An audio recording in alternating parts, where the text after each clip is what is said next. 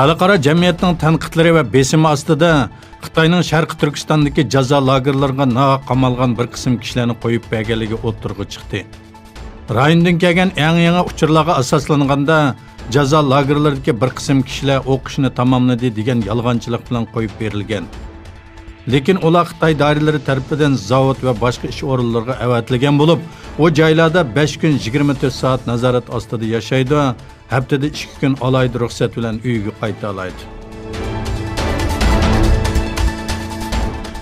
Sharqi Turkistonda madaniyat qirg'inchiligi ilib berayotgan Xitoy dinga bo'lgan dushmanligini yuqoricha chiqarib, islomga oid har qanday narsani ma'ni qildi.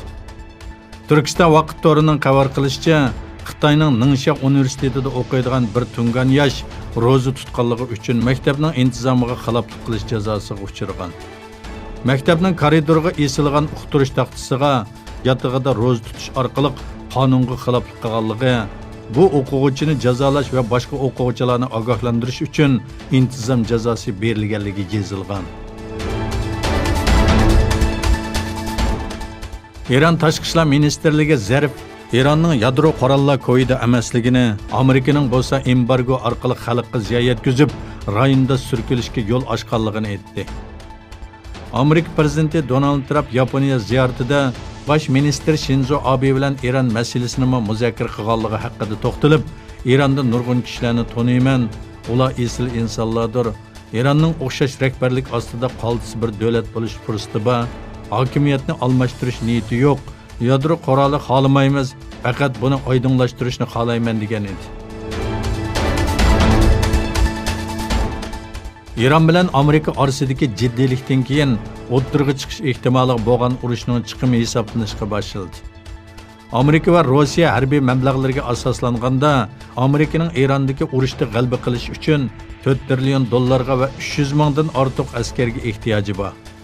Amerikaning Iroqni ishg'ol qilishi jarayonida rayonga 150 ming askar avatilgan bo'lib, yana 10 minglagan kishi ittifoqdosh davlatlardan yordamga kelgan.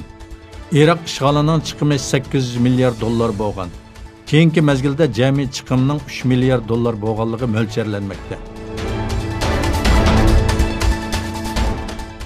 Suriya davlat taratqularida berilgan bayonotda Suriyaning Isroiliya chegarasida yer olgan Kunaytra shahriga Isroiliyadan boshqarilgan bomba etilganligi bildirildi. Suriyaning rasmiy axborot organi Sana Isroiliyaning Kunaytraga boshqarilgan bomba atganligini xabar qildi.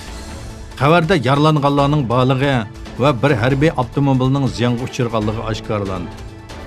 Isroiliya armiyasi e'lon qilgan bayonotda Suriyaga havo hujumi qilganligi dalillandi.